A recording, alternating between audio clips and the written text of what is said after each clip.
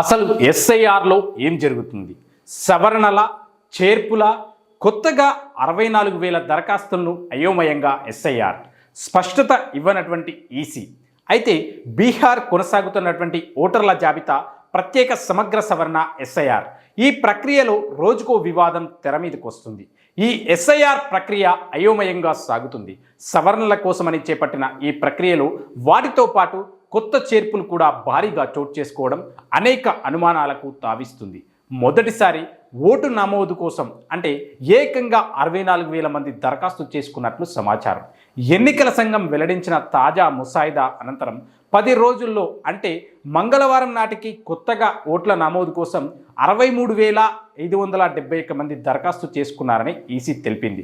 అయితే కొత్తగా దరఖాస్తు చేసుకున్న వారిలో ముసాయిదా జాబితాలో పేరు లేని వారు ఎంతమంది ఉన్నారు, లేదా ఈ 18 సంవత్సరాలు నిండినటువంటి మొదటిసారి ఓటర్లు ఎంతమంది ఉన్నారు అనే వివరాలను ఈసీ వెల్లడించలేదు.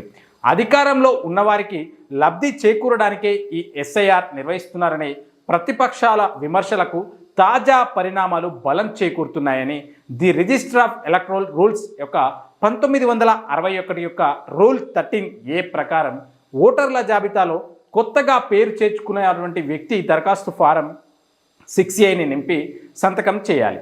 కాబట్టి ఈ 18 ఏళ్ళు లేదా అంతకంటే ఎక్కువ వయసు ఉన్న కొత్త ఓటర్లంతా ఈ ఫారంను ఉపయోగిస్తారు.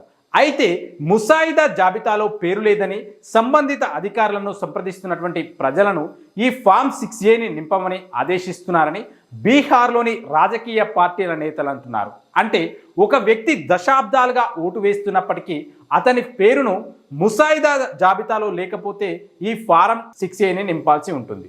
అయితే దీంతో త్వరలో నూతన ఓటర్ల జాబితా ప్రచురించబడినప్పుడు అతని పేరు ఉంటుంది. అయితే ఇలాంటి చర్యతో నూతన ఓటర్ల జాబితాలో నిజంగా ఎంతమంది కొత్త ఓటర్లు చేరారో, ఎంతమంది పాత ఓటర్లు ఉన్నారో గుర్తించడం దాదాపు అసాధ్యం.